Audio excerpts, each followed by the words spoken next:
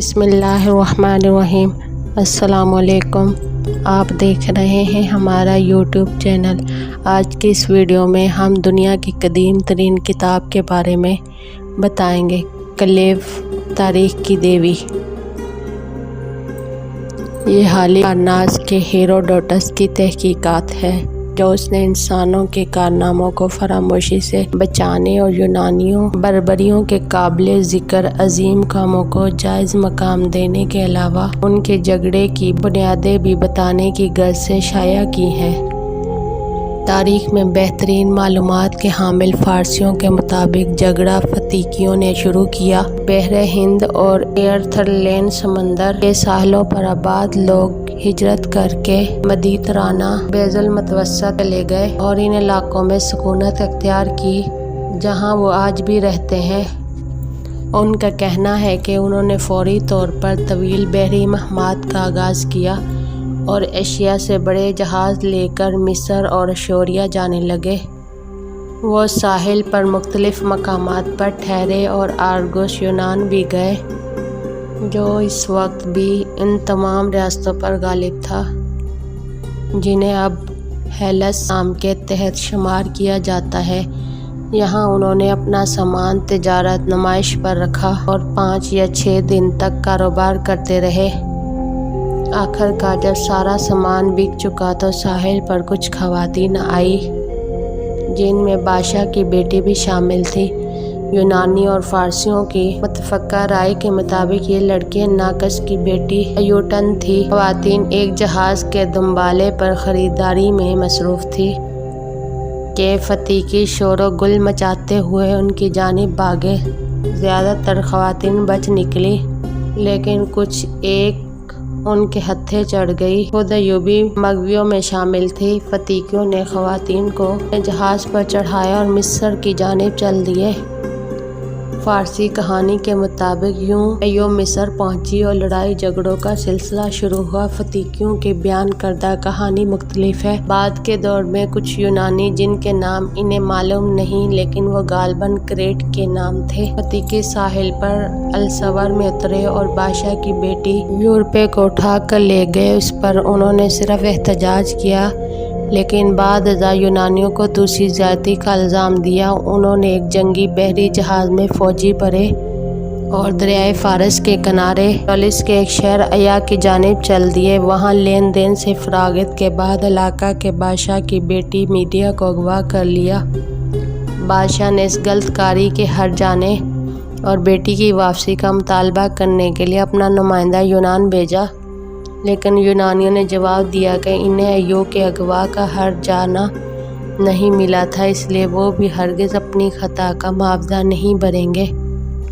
انہی روایت کے مطابق اگلے پشت میں پریام کے بیٹے الگزینڈر اسکندر نے ان واقعات کو ذہن میں رکھ کر ارادہ کیا کہ وہ جبرا یونان سے اپنے لیے ایک بیوی حاصل کرے گا۔ اسے معلوم تھا کہ یونانیوں نے اپنی دست درازیوں کا ہٹ جانا ادا کیا تھا، اس لیے اسے بھی ہٹ جانے کی ادائیگی پر مجبور نہیں کیا جائے گا، چنانچہ اس نے ہیلن کو اٹھا لیا۔ اس پر یونانیوں نے فیصلہ کیا کہ دیگر اقدامات کرنے سے پہلے وہ شہزادی کی بازیابی اور ہٹ جانے کی طلبی کے لیے ایلچی روانہ کریں۔ جواب میں انہیں میڈیا کے ساتھ کی گئی زیادتی کا واقعہ یاد دلایا اور پوچھا گیا کہ وہ اب کس منہ سے مطالبات کر رہے ہیں، جبکہ پہلے انہوں نے خود ہی اس قسم کے مطالبات کو یکسر مسترد کیا تھا۔